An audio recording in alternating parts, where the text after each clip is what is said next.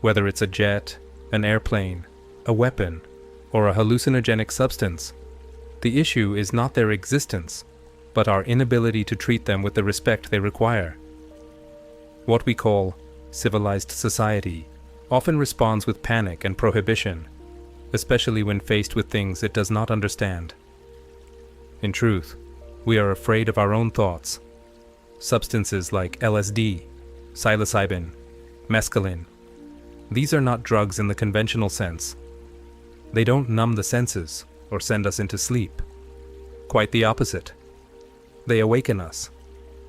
They expand perception so completely that even a rotting log covered in fungus can appear as though it were sculpted by a master's hand. The veil between the senses is torn, and in that brief rupture, light is perceived as melody, and music becomes texture. Something extraordinary happens in that tearing. Sadly, government institutions still operate under the illusion that control means repression. They have yet to grasp the basic lesson of prohibition, that what is forbidden becomes irresistible.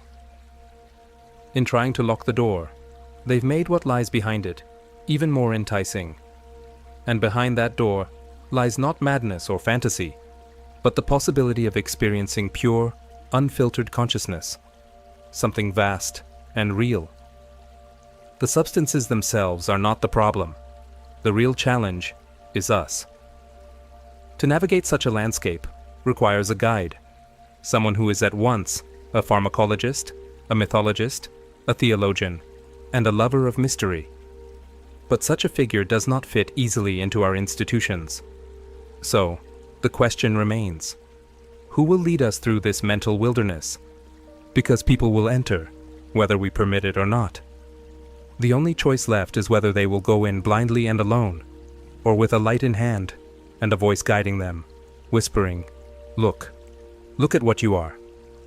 Let's begin by setting the stage. Each of these substances has its own character, its own voice and vision. They are not interchangeable. First, the mushroom. Psilocybe mexicana, found in Oaxaca and along the western coast of the Americas, is revered by some as Teonanacatl, the flesh of God.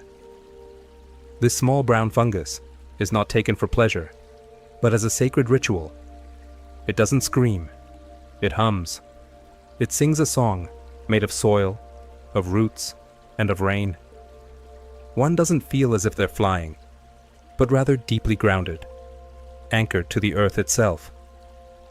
Leaves shimmer, wind reveals hidden patterns, and even stones seem to breathe with a new sensitivity. Mescaline, the active compound in peyote, offers a similar experience. It reveals the world in dazzling complexity, as though every object were crafted by divine artisans.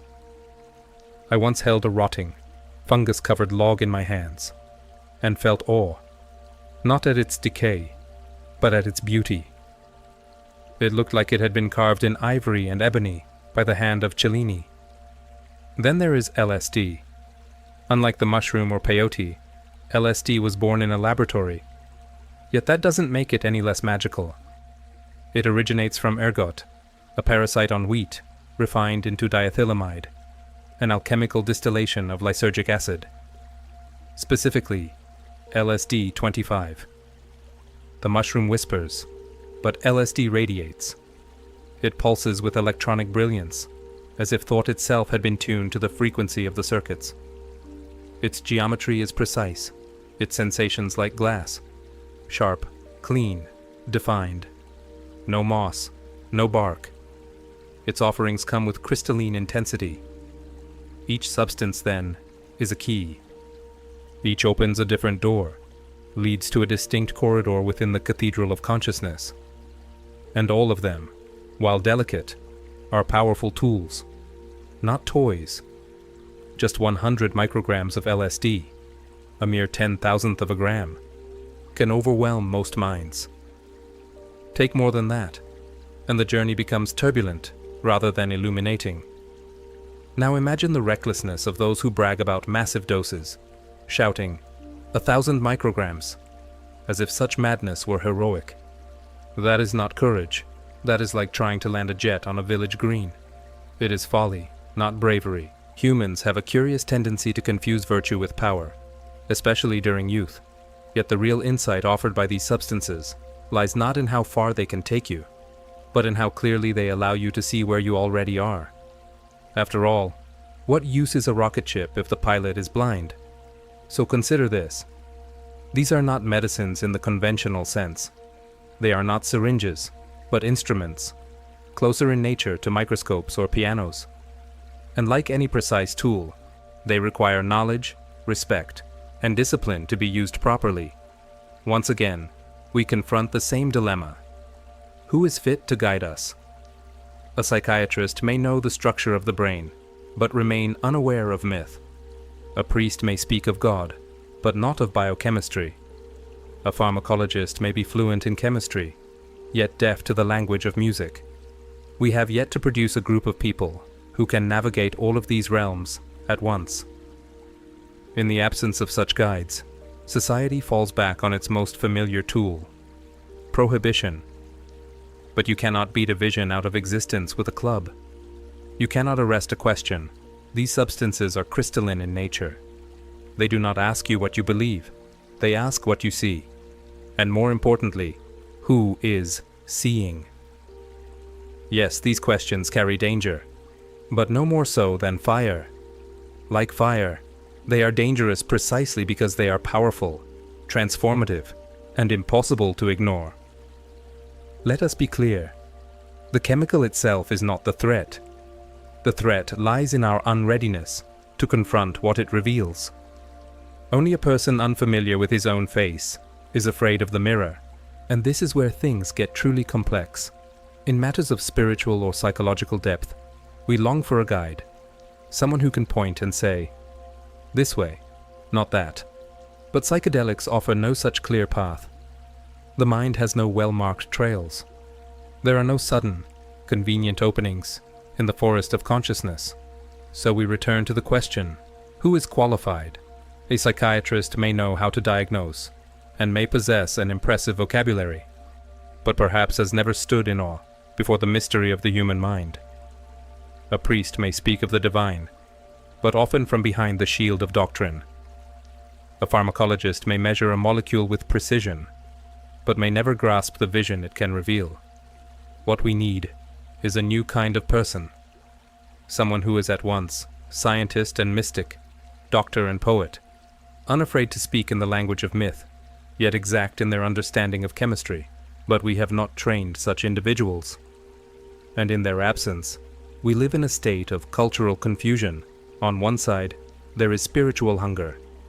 On the other, legal repression. And in the middle, silence. So what happens next? The exploration goes underground. A group of thoughtful students, not seeking kicks but wisdom, might want to take LSD, not to escape life, but to understand it. They might hope to do so under the guidance of a calm, well-trained psychiatrist, but the law forbids it. That doctor is not allowed to participate. And so, the very conditions that could make such an experience safe, meaningful, and enlightening are prohibited. Into that vacuum steps either crime or chaos. Organized and disorganized players, whether greedy or idealistic, fill the void. The molecule becomes a kind of contraband, passed from hand to hand, without preparation, without ritual, without purpose. And when that happens, the vision turns into spectacle. It loses its depth. It is not the substance that becomes dangerous, but its exile from context and understanding. When the curtain falls again, when the effects fade, we enter what could be called sensory jams. The ordinary world begins to shift. The walls seem to ripple like linen in a breeze. The carpet pile moves like a jungle of threads. And the sounds, my God, the sounds. They do not simply strike the ear. They move through you, like wind vibrating the strings of a harp. And no, in psychiatric terms, this is not a hallucination. These visions are not mistaken for physical objects in the shared world. They are not delusions. They are not confusions of reality. They are something else entirely. Something begins to shimmer in the world around you, even when you know perfectly well that it's not made of lace or rubber. Look closely at the shell of a sea urchin, and its spines begin to move, not erratically, but in a graceful, synchronized rhythm, a pulsing, living geometry. You start to wonder, is it dancing because of its shape, because of your sight, or because of the mind itself? It's deeply unsettling to realize that perception is not passive, that your eyes don't just receive, they create, that your ears don't simply hear, they shape the very music they seem to detect. The senses aren't just windows. Each one is like a tuning fork, resonating within the greater symphony of life. During what some call the great reveal, the senses merge. Your eyes touch the light. Your skin becomes music. Time has a scent. Silence becomes visible. And this is not poetry. This is direct experience. In that moment, your awareness no longer feels like a collection of isolated inputs. Instead, it becomes a single, humming flame, unified, alive. The familiar grows strange in that flame. The ordinary becomes sacred, and the world you thought was fixed and real shows itself to be something else, not false, not illusion, but something shaped, something dreamed. The world hasn't betrayed you. You simply drifted to sleep within it. And now, the veil has lifted, if only for a moment. Here is where things begin to twist. Under the effects of these sacred compounds, something disorienting takes hold. You start to feel, with great clarity, that opposites are not enemies. They are not rivals at war. They are reflections of each other, intertwined and inseparable. They don't just relate, they imply one another. Our minds are trained to think in binaries, this or that, good or bad, life or death, self or other. But these substances introduce a new awareness, one that moves from either or to both at once, like front and back, like inhale and exhale, like night and morning. Each implies the other, and neither exists alone. Gestalt psychology alludes to this. Show someone the image of two faces in profile. What do they see? Is it two people about to kiss? Or is it a chalice between them? They might see one, then the other, rarely both at the same time. But both are always there. The image never changes. Only attention shifts. In the same way, a circle drawn on a blackboard is often called a ball. We rarely consider that it could be a hole in the wall. Yet both interpretations are true. Ground and figure define one another. And so, within the psychedelic experience, there arises a sensation, not an idea, but a felt truth, that the world and the self are not separate. They are a single system, just as the sound of a bell is tied to the hammer that strikes it. The inside of us is bound to the outside. We rise with the world, like a wave rises from the sea, not like a billiard ball bouncing across a table. This realization can be thrilling, but also deeply unsettling, because if everything is connected, if good implies evil, if life implies death, then who's in control? Where is the solid ground? What can I hold on to? This is the cliff's edge. This is the moment that shakes the soul. You come face to face with the truth that no fixed point exists. There is no absolute moral compass handed down from the heavens, no eternal truth. And in that instant, it can feel as if the ground itself is vanishing beneath you, like you're floating, suspended in space, like a chandelier hanging from nothing. Everything you once called me, your beliefs, your explanations, your expectations, dissolves. There are no handrails, no floors, no stage manager behind the curtain, just pure awareness, floating, exposed, trembling in the vastness. This is not a black void. This is emptiness of another kind, infinite, boundless, without edge or anchor. And it is terrifying. Your old concepts, your identities, your beliefs, They crumble like paper lanterns in the rain, and the panic can rise. Will I stay like this? What will become of me? What if I lose myself forever? But something incredible can happen if you let go, if you stop clinging to the rock that is falling with you, and allow yourself to fall freely. The fear begins to fade, and the vast emptiness of the void starts to glow, not with sunlight, but with clarity.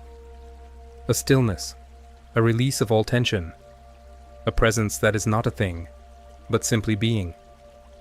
And in that stillness, you realize that the blankness is not the absence of self, but its very truth. You were never a fixed object. You were always a process, a pattern, a dance unfolding in time. For a moment, you become the cosmos, dressed as a human being. What once felt like dying begins to feel like waking up. This is what the great traditions have spoken of: the Tao, the Dhammacaya, the God beyond gods, the clear light. Call it what you will. No name is sufficient. It cannot be defined. It is not an object to be experienced, but the very source of experience. Or better yet, that which knows experience. And when you encounter this, even for a moment, it changes you. Not by transforming you into something new, but by bringing back something old. A memory, not a discovery. For a time, the game of forgetting is paused. The emptiness, then, is not the enemy. It is home. And now we arrive at a delicate, essential question. What is a vision? Because yes, people do see things under the influence of these sacraments. They absolutely do. But in our modern mindset, truth and falsehood create intense anxiety. We ask ourselves, is this real? Am I hallucinating? Is this just in my head? But pause for a moment. What does "just in your head" really mean? A hallucination, technically, is something seen by one person, but mistaken as objective reality. A vision, however, is different. A vision is when the inner eye opens, and what you see is recognized as coming from within. It is not confusion. It is insight. Visions existed long before science or logic. They are the raw material of myth, of revelation, of poetry. You may not be able to point to a vision with a ruler and say, "There it is." But if it stirs your soul, if it shifts the way you see the world, what more reality do you need? With these substances, the senses begin to turn inward. In daily life, we perceive without noticing. We hear, but we don't listen. We see, but we don't truly observe. Here, perception turns back on itself. You become aware of being aware, and that, right there, is the beginning of true introspection. Not the self as a thing to fix or improve, but the self as pure awareness, the light by which all else is seen. At first, everything seems unfamiliar, not broken, not wrong, just strange, as though the world had been gently detuned. But soon, you come to see that this shift is not a mistake.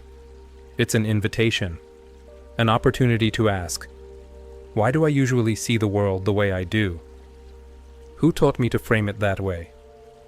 And it's not just about what you see. You begin to hear color, to see sound. You become the breath the walls are breathing. The boundaries between the senses dissolve. You begin to understand that all sensation is simply touch in disguise. Seeing, hearing, tasting, smelling, each is a form of reaching out. And in the act of touching the world, you realize it's touching you back.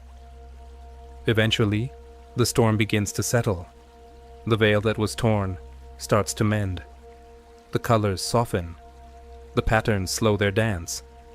The senses return to their familiar rhythms. And you find yourself once again in the ordinary. But it's not the same. This is the sacred trick of the whole experience. You return to the same room, the same life, the same self. And yet, everything is different. The everyday is now radiant. You sit with a cup of tea, and it's not just tea. It is a miracle in a cup. time, heat, light, and water, distilled into a single moment, a quiet message from the universe saying, "You are home." You come to see that the division between sacred and mundane never existed. Illumination and confusion were never opposites. The vision and the routine were always the same thing. One was simply the other without its disguise. And this, ultimately, is the great secret. Relativity is not a problem to be solved. It is the key, because everything is connected. Good and evil, light and dark, form and emptiness, all of it. There is no moral ambiguity in what is seen here. What reveals itself is the fundamental harmony of opposites. All extremes emerge from a single source, just as petals, even those that face in opposite directions, unfold from the same flower. And the moment you see this, even faintly, it changes you. It's not like a caterpillar becoming a butterfly. It's more like the caterpillar pausing and remembering. Ah yes, I knew this once. You return. Yes. But you are not the same person who left. You have played a game of hide and seek with God. And now, like a seed planted deep in the soil of the Spirit, the knowing remains. Whether you remember the vision clearly or not, it may bloom again in a quiet moment, during sorrow, or in the midst of joy. One of the greatest misunderstandings in modern society is this strange idea that control means suppression. That to be in control is to deny oneself, to walk rigidly, to suppress all desire. But real control is not stiffness, it is grace. Like the mastery of a dancer, true control is fluid and aware. Locking a car in a garage doesn't mean you've mastered it. Control comes from knowing how it moves, how it responds, how it glides and shifts. The same goes for desire. To control desire is not to silence it, but to understand it deeply and move with it wisely. This is the insight our so-called authorities have missed when it comes to psychedelics. Instead of fostering a sacred and rational relationship with these substances, they chose prohibition, force over understanding. Lock it away, stamp it out, pretend it doesn't exist, as if that approach ever truly worked. Curiosity cannot be silenced, the imagination cannot be caged. And what follows? Repression itself increases the allure. These sacraments become symbols of mystery, of rebellion, and into that vacuum rushes the black market, not with wise guides or trained mentors, but with amateurs and profiteers. The tragedy isn't that people use these substances. The tragedy is that they do so without guidance, without knowledge, without reverence. Real control would be education, initiation, the cultivation of wise and humble seekers, not the criminalization of the quest itself. We must understand that these substances are not enemies of society. They are mirrors, sometimes warped, sometimes clear, that reflect what lies hidden beneath the surface of ordinary life. And to fear them is, in truth, to fear ourselves. Because at the center of this experience, it's not about chemicals or events. It's about a realization, a recognition that you are not separate from the world you observe. That what you have called self is not a thing, but a process. A flowing, unfolding rhythm of the cosmos itself. What you call I is not an object. It is a verb, a current, a ripple in the great ocean, expressing itself as you. And perhaps, just for a fleeting instant, in the depths of the psychedelic experience, you feel that you have touched the center, that your awareness has brushed against the very heartbeat of existence. And what did it feel like? It was not heavy. It was not solemn. It was laughing. Not just love, but a force, bright and boundless. A joyous knowing that this is all. And when that peak moment fades, its echo remains. In the cracks of the sidewalk, in the curve of a stranger's smile, in the rustle of a leaf. The world doesn't go back to normal, because now you've seen what normal actually is. This strange and beautiful game of cosmic hide-and-seek has always been playing. And for a moment, you were it. The realization that opposites are partners, not enemies, that relativity is not chaos, but harmony, is the blossoming of consciousness itself. You're not a stranger in this universe. You're not wandering lost in a foreign land. Even the darkest petal of experience unfolds from the same luminous center. You are the universe, awakening to itself, through eyes it shaped, with breath it gives, in a time it now names. So whether you return to the garden or linger a little longer in the forest of the inner world, remember, the goal was never escape. The goal was understanding, deeper, truer. And when you return, you do not come back enlightened. You come back as light, understanding, finally, that the aim of the game was never to win. It was to play it well.